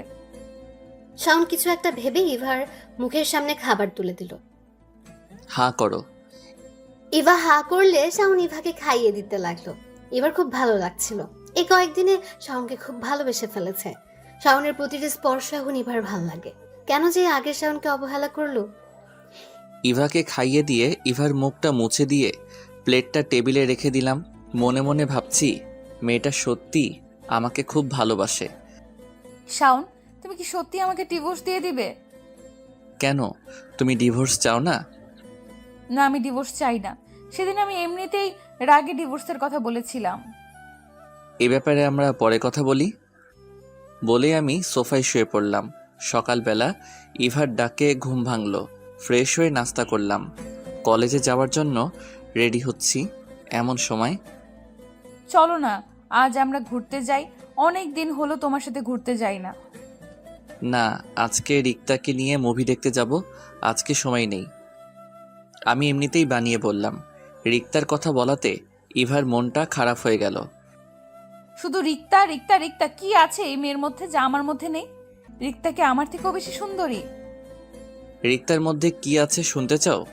রিক্তা তোমার মতো অহংকারী না। রিক্তার ভালো একটা মন আছে, যা তোমার মধ্যে নেই। তাছাড়া রিক্তা আমাকে খুব ভালোবাসে। কি পেয়েছি তোমাকে ভালোবেসে বলতে পারবে? চড় থাপ্পড় ছাড়া। সেই ছোটকাল থেকে তোমাকে ভালোবেসেছি, বিনিময়ে কি পেয়েছি? শুধুই অবহেলা। এখন আমাকে একটু শান্তিতে থাকতে দাও। ইভার দিকে চেয়ে দেখি শুধুই চোখের জল ফেলছে, আর কিছুই বলছে না। শোন, আমার সামনে এসব ন্যাকা কান্না করবে না। এসব আমার একদম পছন্দ না। এদিকে ইভা ভাবছে আগে শাওন তাকে কত ভালোবাসতো, তার জন্য কত কি করত। তার মন খারাপ দেখলে সহ্যই করতে পারতো না, তাকে হাসানোর কত চেষ্টা করত। সেই শাওন এখন বলছে তার কান্না নাকি নেকি কান্না। এসব ভেবে ইভা হাউ মাউ করে কেঁদে উঠল। আমি তাড়াতাড়ি করে ইভার মুখটা চেপে ধরি। মা শুনতে পারলে আজ আমার খবর আছে। কালকে কোনো রকম বেঁচে গেছি। ইভা প্লিজ কান্না থামাও। মা শুনতে পারলে আমাকে মেরে ফেলবে। ইভা কান্না থামালো, কিন্তু মাঝে মধ্যে ফুপাচ্ছে আর চোখের জল ফেলছে। যতই হোক ইভাকে ভালোবাসি তো, তাই ইভার সামনে বসে ইভার চোখের জল মুছে দিয়ে বললাম, সরি। আচ্ছা চলো, আজ আমিও তোমার সাথে রিক্সা করে কলেজে যাব।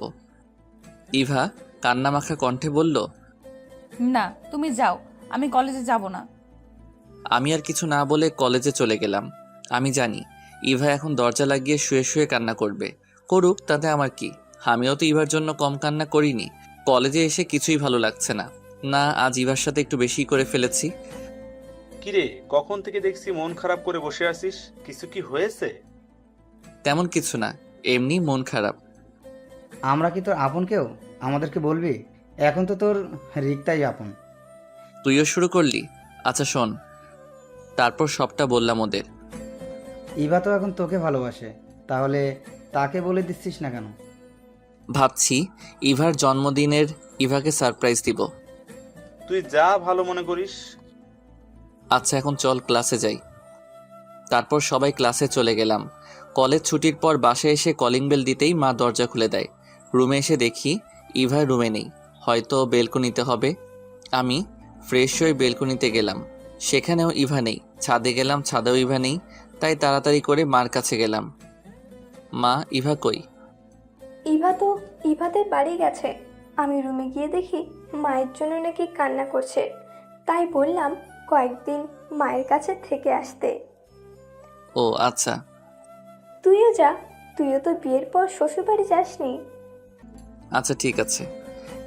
আমি রুমে গিয়ে ফ্রেশ হয়ে কিছুক্ষণ রেস্ট নিয়ে বিকালের দিকে শ্বশুরবাড়ি গেলাম। দরজায় কলিং বেল দিতেই সুমা এসে দরজা খুলে দেয়। সুমা ইভার ছোট বোন। কি দুলা ভাই, আপুকে ছাড়া বুঝি ভালো লাগছিল না, তাই আপু আসতে না আসতেই চলে এসেছেন? আরে না শালিকা, আমি আসছি। তোমার জন্য কতদিন তোমাকে দেখি না। হয়েছে, আর পাম দিতে হবে না আমাকে। এলো রে সোমা। মা, দুলা ভাই এসেছে। বাবা কেমন আছো? জি মা ভালো, আপনি কেমন আছেন? তো বাবা, বাড়ির সবাই ভালো আছে তো? জি মা, সবাই ভালো আছে। বাবা উপরে যাও, ইভা রুমেই আছে। আমি ইভার রুমের সামনে এসে আসতে পারি? ইভা আমার দিকে তাকিয়ে শোয়া থেকে উঠে বলল, তুমি কখন এলে? আর বাইরে দাঁড়িয়ে আছো কেন? ভেতরে আসো। আমি ভিতরে গিয়ে সোফায় বসলাম। তুমি ফ্রেশ হয়ে নাও, আমি তোমার জন্য কফি বানিয়ে আনছি। আমি ফ্রেশ হয়ে এসে দেখি ইভা কফি নিয়ে দাঁড়িয়ে আছে। এই নাও। আমি কফিটা নিয়ে বেলকনিতে দাঁড়িয়ে কফি খাচ্ছি। ইভার রুমের বেলকনিটা খুব সুন্দর। বেলকনিতে কয়েক ধরনের ফুলের গাছ আছে, খুব সুন্দর দেখতে। সুমা মনে হয় এগুলো দেখাশোনা করে। বেলকনিতে খুব সুন্দর মনোরম পরিবেশ একটা। আমি কফি খাচ্ছি আর মনোরম সৌন্দর্য উপভোগ করতে লাগলাম। অর্ধেক কফি খেতেই হঠাৎ ইভা এসে ছো মেরে কফিটা দিয়ে গেল। এটা কি হলো? তোমার আর খেতে হবে না, বাকিটা আমি খাবো। বলে ইভা কফিতে চুমুক দিল। আজব তো, নিজের জন্য একটা বানিয়ে আনলেই তো পারে, আমারটা নিয়ে গেল। আমি আর সেখানে দাঁড়িয়ে না থেকে রুমে এসে পড়লাম। রুমে এসে একা একা ভালো লাগছে না, তাই গল্প লিখতেছিলাম।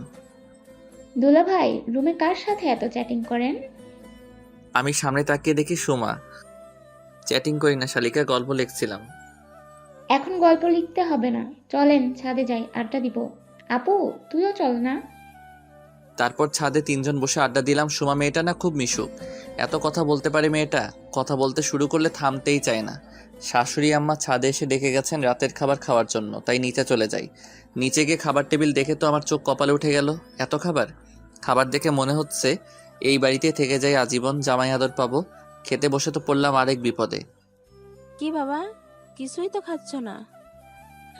এটা নাও ওটা নাও, না করার শর্তেও জোর করে দেয়। এত খাবার মনে হয় আমি জীবনেও খাইনি। খাওয়া দাওয়া শেষে রুমে চলে আসি। এই তোমার মা কি আমাকে মারার প্ল্যান করছে নাকি? ইভা আমার দিকে অবাক হয়ে তাকিয়ে আছে। জোর করে এত খাবার খাওয়ালো, আমার খুব ক্লান্ত লাগছে। আচ্ছা একটা বালিশ দাও, আমি ঘুমাবো। শোনো, তুমি খাটে ঘুমাও, আমি সোফায় থাকি। না থাক, তুমি খাটে থাকো। আমাদের বাড়িতে এসে তুমি সোফায় থাকবে তা হয় না। তোমার সোফায় থাকা অভ্যাস নাই, তুমি থাকতে পারবে না। আচ্ছা ঠিক আছে, আমরা দুজনেই খাটে থাকি, মাঝখানে কোলবালিশ থাকবে। আচ্ছা ঠিক আছে। বলে আমি খাটে একপাশে শুয়ে পড়লাম। সকালবেলা ঘুম ভাঙতেই আমার বুকে ভারী কিছু একটা অনুভব করলাম। চোখ খুলে দেখি ইভা আমার বুকে মাথা দিয়ে শুয়ে আছে। তখন যে আমার কি ভালো লাগছিল তা বলে বোঝাতে পারবো না। এই প্রথম ইভার আমার এত কাছে এসেছে। নিজের অজান্তেই ইভাকে আমি জড়িয়ে ধরি। কখন যে আবার ঘুমিয়ে গেছি বলতেই পারিনি। ইভার ডাকে আবার ঘুম ভাঙলো আমার। ইভা একটা মুচকি হাসি দিয়ে বলল, এখন আমাকে ছাড়বে নাকি এইভাবে জড়িয়ে ধরে রাখবে? ও সরি। এই যা খেলাম একটা বাস। কেন? যখন ঘুমিয়ে গেছিলাম। লজ্জায় এখন আমার মাথা কাটা গেল। ইভা ফ্রেশ হয়ে এসে আমার দিকে তাকিয়ে মুচকি একটা হাসি দিল। আমি পুরো লজ্জায় শেষ হয়ে গেলাম।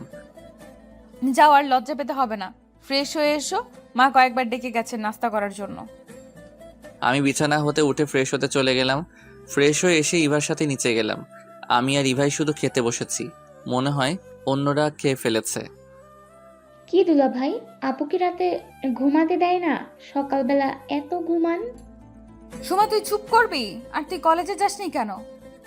আজকে দুলা ভাইয়ের সাথে ঘুরতে যাব। আচ্ছা ঠিক আছে, বিকালের দিকে যাব। না, দুলা ভাইকে এখন শপিং এ নিয়ে যাব, কিছু কেনাকাটা করে তারপর বিকাল দিকে ঘুরতে যাব। খাইছে রে আমারে, এই মেয়েকে নিয়ে মার্কেটে গেলে তো আমার পকেট পুরো ফাঁকা করে দিবে। বিয়ে করলে এই এক জ্বালা, শ্বশুর বাড়ি গেলে শালা শালিকা পকেট পুরো ফাঁকা করে ফেলে। লজ্জায় কিছু বলাও যায় না। যারা বিয়ে করেছেন তারা এই বিষয়ে আমার থেকেও বেশি জানেন। দুপুরের দিকে সুমাকে নিয়ে মার্কেটে গেলাম। সুমা শুধু ঘুরে ঘুরে দেখে, কিছুই পছন্দ হচ্ছে না। অবশেষে 2টা জামা নিল। আমিও ইভার জন্য পছন্দ করে একটা নীল শাড়ি কিনলাম। বিয়ের পর কিছুই দেয়নি মেয়েটিকে, কোনোদিন কিছু চাইও নি মেয়েটি। সুমাকে নিয়ে একটা রেস্টুরেন্টে গেলাম। লাঞ্চ করে বাসায় চলে আসি। আমি রুমে গিয়ে দেখি ইভা শুয়ে আছে। আমি শাড়ির প্যাকেটটা খাটে রেখে ফ্রেশ হতে গেলাম। ফ্রেশ হয়ে এসে দেখি ইভা শাড়িটা দেখতেছে। শাড়িটা কি আমার জন্য এনেছো? না, এটা রিক্তার জন্য কিনেছিলাম। তুমি যেহেতু প্যাকেটটা খুলে ফেলেছো তাহলে তুমি রেখে দাও। মিথ্যা বললাম, সত্যিটা তো আপনারা জানেন। ইভা ছলো ছলো চোখে আমার দিকে তাকিয়ে আছে। মনে হয় এখনই বৃষ্টি নামবে, তাই আমি আর কিছু না বলে রুম থেকে বেরিয়ে যাই। বিকালে সুমা আর আমি ঘুরতে যাব। ইভাকে বললাম আমাদের সাথে যাবে কিনা। ইভার নাকি ভালো লাগছে না, তাই যাবে না। আমি সুমাকে নিয়ে একটা নদীর পাড়ে গেলাম। সেখানে কিছুক্ষণ ঘোরাঘুরি করি। সুমা বায়না ধরল ফুচকা খাবে, তাই রাস্তার পাশে একটা ফুচকার দোকানে দাঁড়াই। সুমা ফুচকাওয়ালা মামাকে বেশি করে ঝাল দিতে বলল। সুমা 2টা ফুচকা খেয়েই ঝালে কাতরাতে লাগলো। পানি পানি দুলা ভাই পানি। মামা পানি দেন। মামা পানি তো শেষ। কি বলেন, ফুচকা বেচেন আর পানি রাখেন না? বলে আমি দোকানের দিকে হাঁটা দিলাম পানি আনতে। আমি পানি নিয়ে এসে দেখি সুমা নাই। মামা, সুমা কই গেছে বলতে পারবেন? আপাকে কয়েকটা ছেলে জোর করে এদিকে টেনে নিয়ে গেছে। আমি আর সেখানে দেরি না করে দৌড়ে সেদিকে গিয়ে দেখি সুমাকে একটি ছেলে টেনে হিসড়ে নিয়ে যাচ্ছে, সাথে আর 3টা ছেলে। আমি দৌড়ে গিয়ে সুমার হাত ধরে টেনে নিয়ে যাচ্ছিল যে ছেলেটা, তাকে পিছন থেকে কষে একটা লাথি মারি। সাথে সাথে ছেলেটি ছিটকে সামনে পড়ে যায়। সুমা দৌড়ে এসে আমার পাশে দাঁড়ালো। কে রে শালা তুই? তোর বাপ। বলেই কোমর থেকে বেল্টটা খুলে দেয়। উদম কেলানি। আমার মায়ের দেখে বাকি 3টা দেয় ভূ দৌড়। মারতে মারতে আধা মরা করে। যা, তোকে আর ছেড়ে দিলাম। নেক্সট টাইম আমার বোনের দিকে চোখ তুলে তাকালে তোর চোখ আমি তুলে নেব। তোকে আমি দেখে নিব। আগে তো তুই সোজা হয়ে দাঁড়া, তারপর তো দেখবে। ছেলেটি চলে গেছে। আমি সুমার দিকে তাকিয়ে বললাম, ছেলেটি কে ছিল আর তোমাকে এভাবে টেনে নিয়ে যাচ্ছিল কেন? আসলে দুলা ভাই ও রকি আমাদের কলেজেই পড়ে। আমাকে প্রতিদিন ডিস্টার্ব করে আরও আজে বাজে কথা বলে। তার জন্য এখন আমি কলেজেই যেতে পারি না। তুমি আমাকে বা বাসায় আগে বলনি কেন? ভয়েও খুব খারাপ ছেলে, পরে যদি আমাদের পরিবারের কোনো ক্ষতি করে।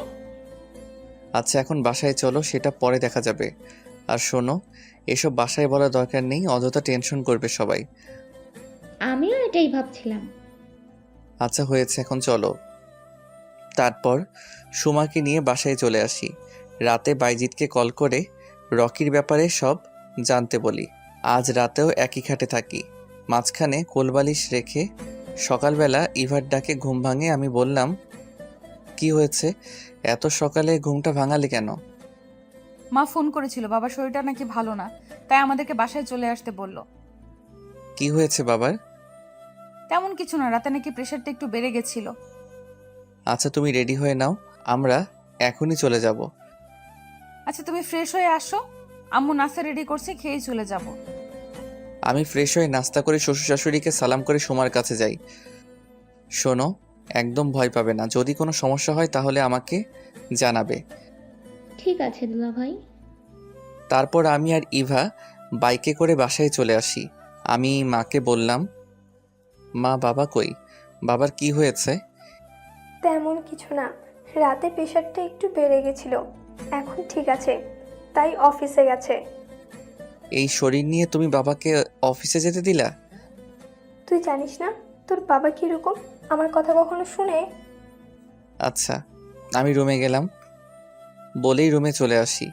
বিকালবেলা বন্ধুদের সাথে আড্ডা দিতে শিমুলতলি গেলাম। কিরে, শ্বশুরবাড়ি হতে চলে আসলি যে? তোদেরকে ছেড়ে ভালো লাগছিল না, তাই চলে আসলাম। আচ্ছা শুন, রকি ছেলেটার ব্যাপারে খোঁজ নিয়েছিলাম। ছেলেটা তেমন ভালো না, বাবা কোটিপতি, তাই ছেলে যা ইচ্ছে তাই করে বেড়ায়। আরও একবার যা বলে তা করেই ছাড়ে। আচ্ছা বাদ দে এসব। মিমের কি খবর? মিমের কথা আর বলিস না, শুধু প্যারা দেয়। বিয়েটা কর, তারপর বুঝবি প্যারা কাকে বলে, কত প্রকার ও কি কি। বন্ধুদের সাথে আরো কিছুক্ষণ আড্ডা দিয়ে রাতে বাসায় আসি। কলিং বেল দিতেই ইভা এসে দরজা খুলে দিল। তুমি ফ্রেশ হয়ে এসো, আমি খাবার রেডি করছি।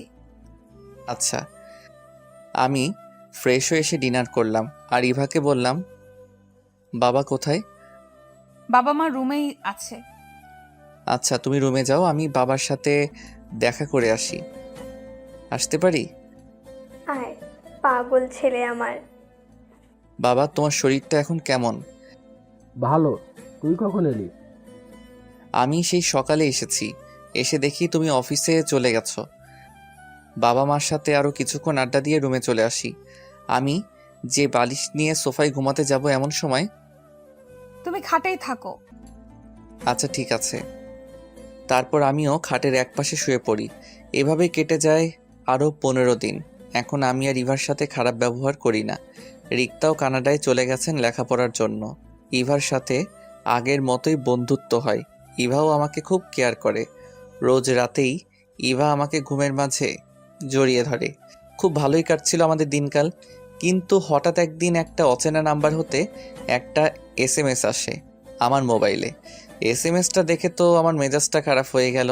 কয়েকটা কল দিলাম এই নাম্বারে, কিন্তু নাম্বারটা SMS দিয়ে বন্ধ করে রাখছে। রাগে আমার শরীরটা ফেটে যাচ্ছে। রাখবই না বা কেন? অচেনা একটা মানুষ আমার স্ত্রীর সম্পর্কে বাজে মন্তব্য করবে, আমি বসে থাকবো? SMS-টা ছিল এই: মিস্টার শাওন আকন্দ, আপনি কি জানেন আপনার স্ত্রী পরকীয়ায় আসক্ত? নিজের স্ত্রী সম্পর্কে এমন বাজে কথা শুনলে কারই বা রাগ উঠবে না? আমি এই কথাটা আর ইভাকে না বলে নিজে নিজেই খুঁজতে থাকি কে হতে পারে এই তৃতীয় লোক যে আমার আর ইভার মাঝে ঝামেলা সৃষ্টি করতে চায়। রাতে আমি আর ইভা শুয়ে আছি, হঠাৎ ইভার মোবাইলে অচেনা নাম্বার হতে একটা কল আসে। ইভা কলটা রিসিভ করলো। হ্যালো, কে বলছে? আমি যেই হই না কেন, আমি আপনার স্বামী সম্পর্কে একটা ইনফরমেশন দেওয়ার জন্য কল করেছি। কি ইনফরমেশন বলেন? আপনি কি জানেন আপনার স্বামী আপনাকে রেখে আর একটা বিয়ে করেছে? হোয়াট? ইভা কথা বলতে বলতে বেলকনিতে চলে গেল। আপনি যদি চান আমি আপনাকে প্রমাণ দিতে পারি। আপনি কালকে বিকাল 5টায় লেকের পাড়ে চলে আইসেন। আচ্ছা, আমি আসবো। এদিকে আমি ভাবছি ইভা এত রাতে কার সাথে কথা বলে, আর আমার সামনে কথা না বলে বেলকনিতে চলে গেল। নাকি অচেনা লোকটির কথাই ঠিক, না ইভার দিকে নজর রাখতে হবে। ইভা রুমে এসে শুয়ে পড়ল।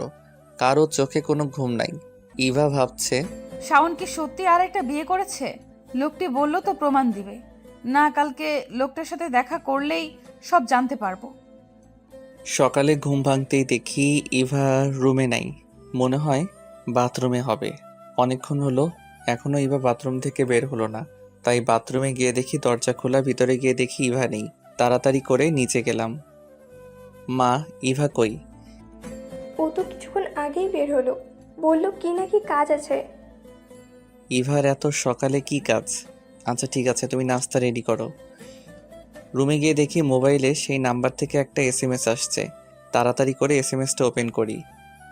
কি শাওন সাহেব, আমার কথা কি এখনো বিশ্বাস হয় না? তাহলে আজ বিকাল 5টায় লেকের পাড়ে চলে আইসেন, তাহলেই সব দেখতে পারবেন।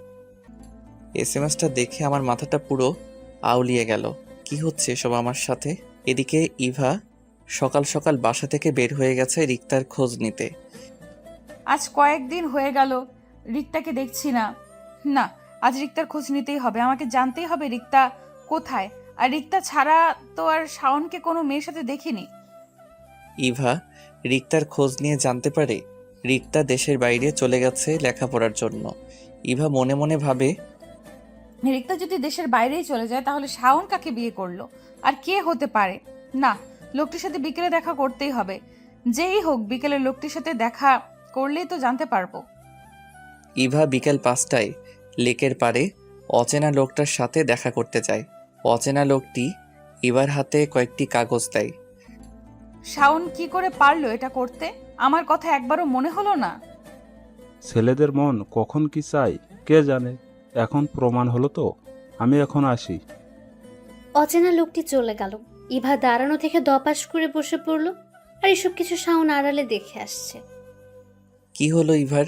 আর ইভার হাতে কিসের কাগজ? আর এই লোকটি বা কে? যাই হোক, আগে এই অচেনা লোকটিকে ধরতে হবে, তাহলেই সব জানতে পারবো। আমি বাইজিৎ আর তানিমকে ফোন করে আসতে বলি, আর আমি লোকটি পিছু নেই। কিছুক্ষণ পর বন্ধুরা আসলে সুযোগ বুঝে অচেনা লোকটিকে ধরে ফেলি। 3 বন্ধু মিলে অচেনা লোকটিকে ইচ্ছে মতো কেলানি দেওয়ার পরে লোকটি মুখ খুলল। আমি রকির লোক, রকি আমাকে পাঠিয়েছে। ইভাকে কিসের কাগজ দিয়েছিস বল? আপনার আর রিক্তার জাল কাবিননামা আর কিছু ছবি। আমি বাইজিতের দিকে তাকিয়ে বললাম, অনেক রাত হয়েছে, তোদের যা ইচ্ছা কর, তারপর পুলিশে দিয়ে দিস। আচ্ছা, আমরা সব ব্যবস্থা করছি, তুই যা। আমি রাত 10টায় বাসায় ফিরি।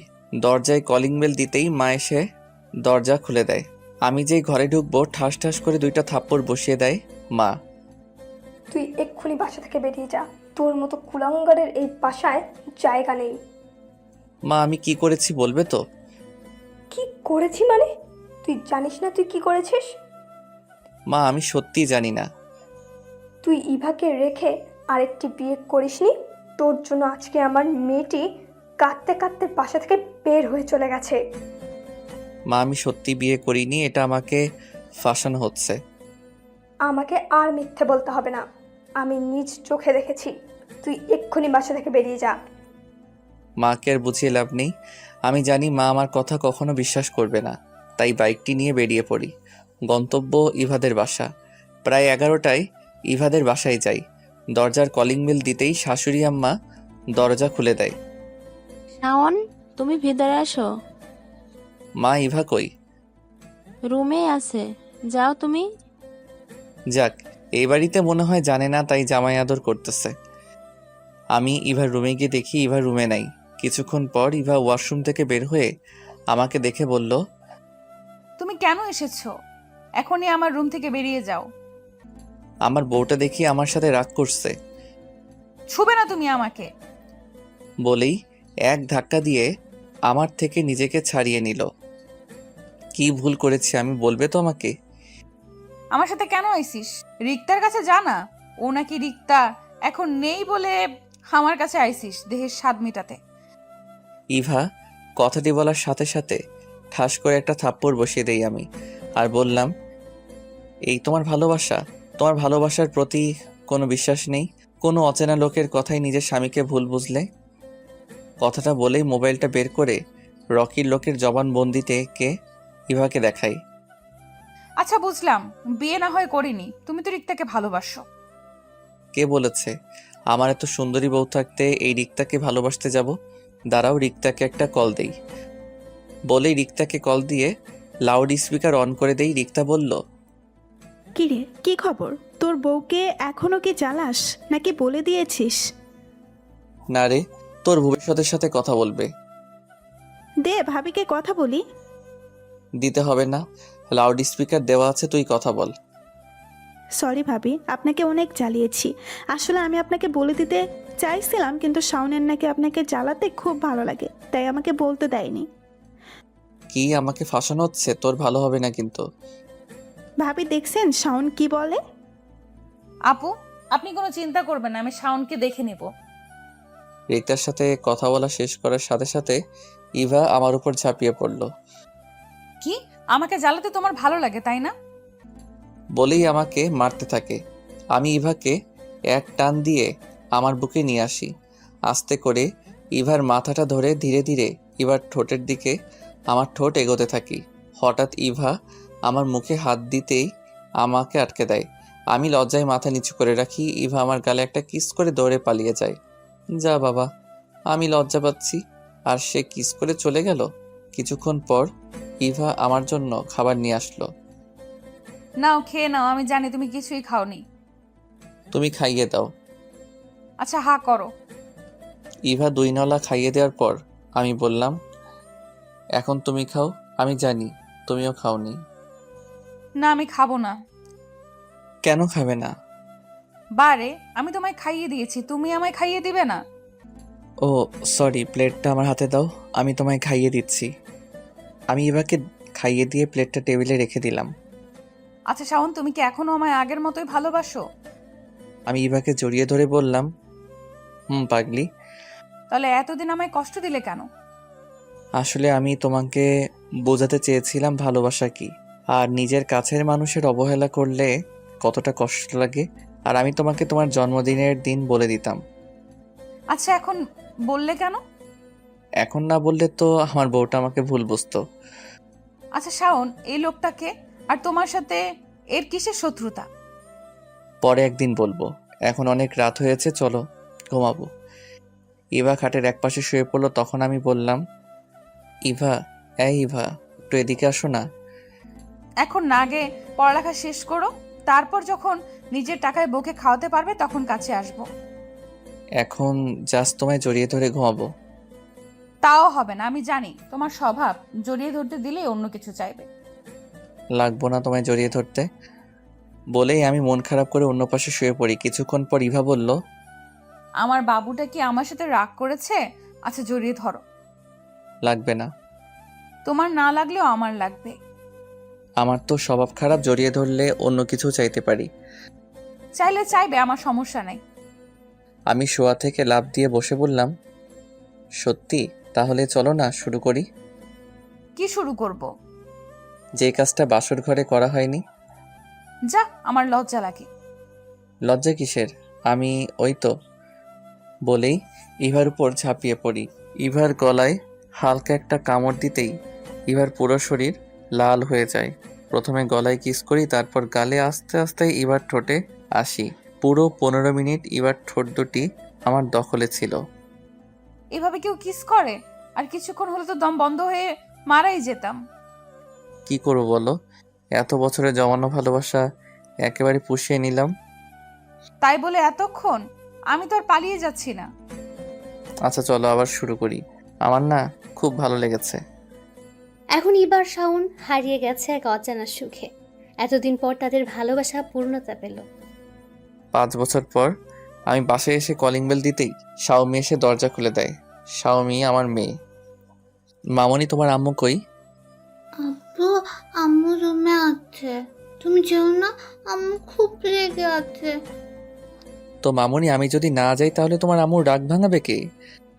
আমি শাওমিকে কোলে নিয়ে রুমে গেলাম আর বললাম, আমার বউটা দেখি আমার সাথে রাগ করে আছে। তুমি ছুবে না আমায়। তুমি এখন আমাকে আর ভালোবাসো না।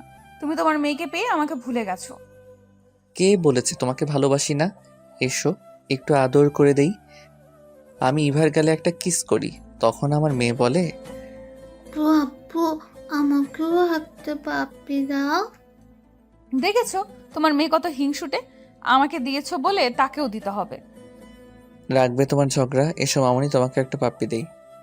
আর এইভাবেই চলতে থাকে আমার সুখের সংসার। আপনারা সবাই দোয়া করবেন আমাদের জন্য। খোদা হাফেজ।